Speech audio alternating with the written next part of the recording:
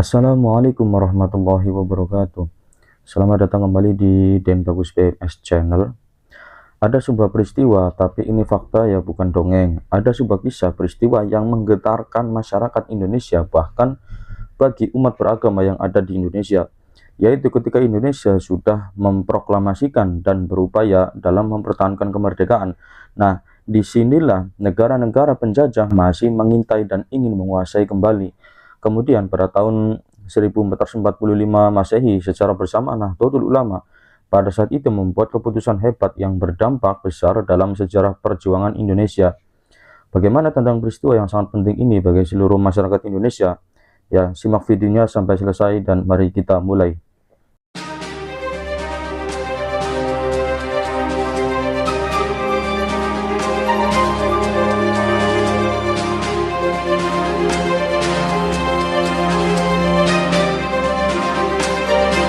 Peran dan kontribusi umat Islam di negeri ini tak bisa dipandang sebelah mata. Kemudian para ulama dan kaum santri menjadi garda terdepan dalam merebut dan mempertahankan kemerdekaan. Salah satu sosok yang jadi kunci bangkitnya semangat perjuangan ini yaitu beliau Hadratus Syekh Kiai Haji Hasyim Asy'ari. Meskipun Indonesia telah memproklamasikan kemerdekaannya pada 17 Agustus 1945, penjajah ya tentu saja masih mengintai negeri ini. Nah, setelah kekalahan Jepang di Perang Dunia II pada akhir September 1945, kemudian tentara Inggris sudah mendarat di Jakarta dan siap melakukan penjajahan. Kedatangan pasukan Inggris ini juga menjadi mimpi buruk bagi arek-arek Surabaya. Pendaratan pasukan Nica di Indonesia telah memicu kemarahan rakyat yang tidak rela untuk dijajah kembali.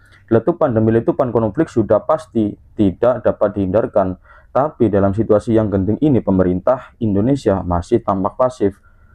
Pemerintah masih mengandalkan penyelesaian secara diplomatik. Hal ini dimaksudkan agar tidak ada lagi tetesan darah gitu loh. Padahal saat itu bendera Belanda telah kembali berkibar di Jakarta yang menjadi tanda akan dimulainya kembali upaya penjajahan di negeri ini. Dan kemudian kondisi yang sedemikian mengkhawatirkan ini tentu saja disadari betul oleh tokoh-tokoh Islam termasuk pendiri NU yaitu Mbah Hasyim Asy'ari.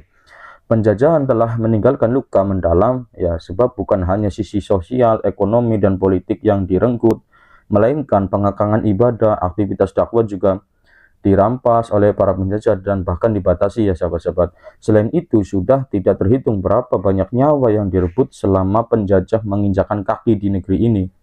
Kemudian di tengah situasi genting ini ya, pada 17 September 1945 Mbah Hasyim Asy'ari mengeluarkan sebuah fatwa yang disebut fatwa jihad ya, atau resolusi jihad. Ia menyampaikan bahwa perjuangan membela tanah air adalah sebagai suatu fisabilillah. Ini tidak berhenti sampai di situ ya.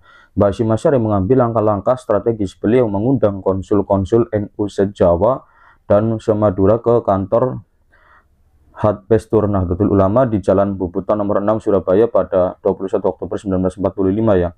Mbah Hasyim Asy'ari bersama konsul NU berkhidmah membahas situasi perjuang dan upaya mempertahankan kemerdekaan yang baru sesaat diraih. Nah, tepat pada 22 Oktober 1945, NU melahirkan putusan hebat yang berdampak besar dalam sejarah perjuangan Indonesia, yaitu resolusi jihad. Resolusi jihad merupakan kebulatan tekad yang isinya mewajibkan kepada seluruh umat Islam, baik laki-laki maupun perempuan, untuk mengangkat senjata melawan kolonialisme imperialisme yang mengancam agama dan negara.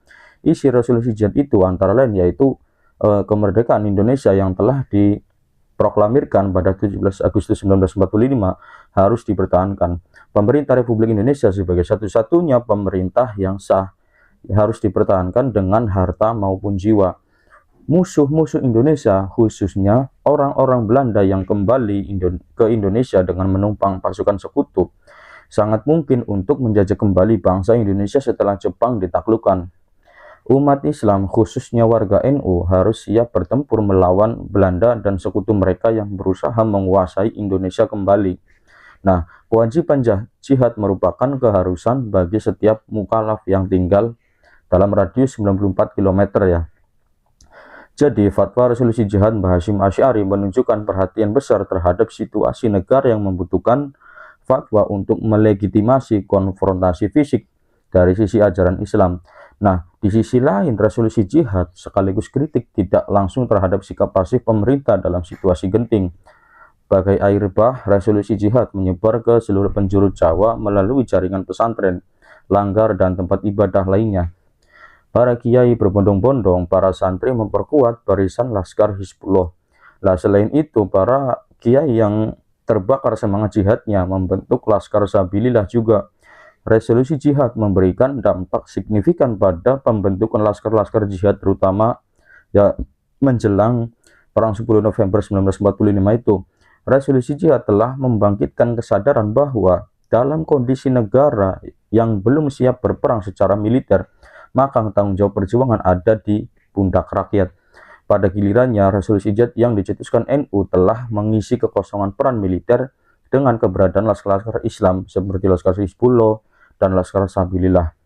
Di kemudian hari, laskar-laskar ini turut berkontribusi dalam melahirkan Tentara Nasional Indonesia, yaitu TNI.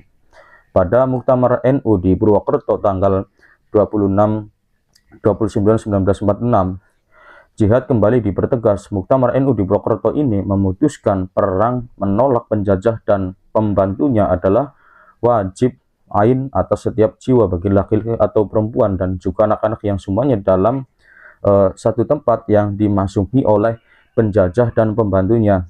Wajib ain pula atas setiap jiwa yang berada dalam tempat yang jaraknya kurang dari 94 km dari tempat yang dimasuki oleh penjajah. Wajib kifayah atas setiap orang yang berada di tempat-tempat jaraknya 94 km dari tempat tersebut. Jikalau jiwa-jiwa yang tersebut dalam nomor 1 dan 2 di atas tidak mencukupi untuk melawannya, maka jiwa yang tersebut dalam nomor 3 itu wajib membantu sampai cukup.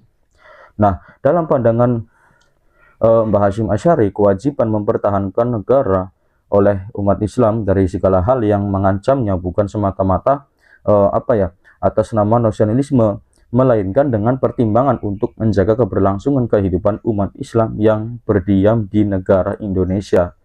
Pikiran ini ditegaskan dalam pidatonya pada Muktamar NU ke-16 di Purwokerto tahun 1946. Mbah Hasyim Asy'ari menyatakan tidak akan tercapai kemuliaan Islam dan kebangkitan syariatnya di dalam negeri-negeri jajahan. Nah, dengan kata lain, syariat Islam tidak akan bisa dilaksanakan di negeri yang terjajah. Begitu ya. Demikianlah ya gagasan cemerlang sekaligus pedoman yang diwariskan Mbah Hasyim Asy'ari dalam menjaga agama dan kedaulatan negara. Ya, semoga kita tidak melupakan dan meninggalkan warisan ini, dan mari sama-sama jaga amanah ini agar sejarah tidak dimanipulasi oleh kelompok-kelompok yang suka mengklaim sejarah ini dan mengaburkan sejarah ini. Ya, terima kasih karena sudah menyimak. Saya Den Bagus PMS. Sampai jumpa di video selanjutnya. Wassalamualaikum warahmatullahi wabarakatuh.